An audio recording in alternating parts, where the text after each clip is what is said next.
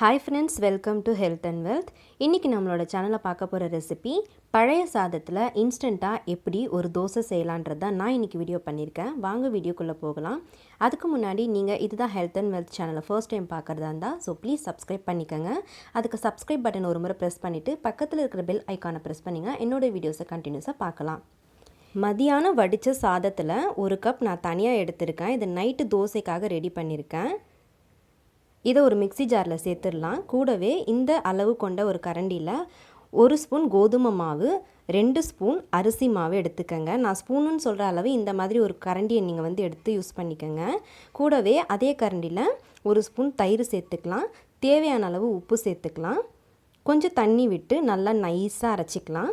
கோதுமை மாவு கொஞ்சம் கம்மியாகவே சேர்த்துக்கங்க. அரிசி மாவு கொஞ்சம் கூடவே சேர்த்துக்கங்க. அப்போ தான் நம்மளோட தோசை நல்லா கிறிஸ்பியாக சூப்பராக வரும். அரைச்சி எடுத்துட்டேன். பாருங்கள் எவ்வளோ நைஸாக இருக்குது. அவ்வளோதான். இதில் நம்ம தோசை மாவுக்கு ஏற்ற மாதிரி கொஞ்சம் தண்ணி விட்டு நல்லா கரைச்சி எடுத்துக்கலாம். இது புளிக்க வைக்க வேண்டிய அவசியம்லாம் இல்லை. நல்லா மிக்ஸ் பண்ணிவிட்டு நம்ம உடனே ஊற்றிடலாம். பழைய சாதம்ன்றது நீங்கள் முதல் நாள் சாதத்தில் பண்ணிங்கன்னா நல்லா இருக்காது ஃப்ரெண்ட்ஸ். நீங்கள் மதியானம் அந்த மாதிரி ரெடி பண்ணிவிட்டு அன்றைக்கே நீங்கள் இதை யூஸ் பண்ணிடணும்.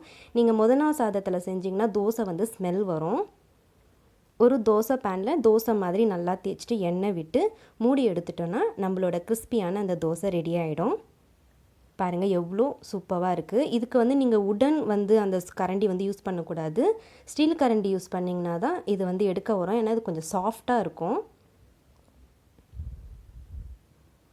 அவ்வளோதான் ஃப்ரெண்ட்ஸ், ரொம்ப அழகாக ரெடி ஆகிடுச்சு. இதுக்கு நீங்கள் வீட்டில் இருக்கிற எந்த ஒரு சட்னியும் யூஸ் பண்ணி சாப்பிட்டுக்கலாம்.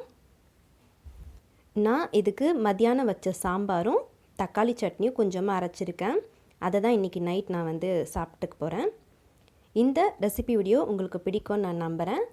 பிடிச்சிருந்தா லைக் பண்ணுங்கள், ஷேர் பண்ணுங்கள். இந்த ரெசிபியை செஞ்சு பார்த்துட்டு எப்படி இருந்ததுன்னு சொல்லிவிட்டு எனக்கு கமெண்ட் செக்ஷனில் தெரியப்படுத்துங்க. தேங்க்யூ.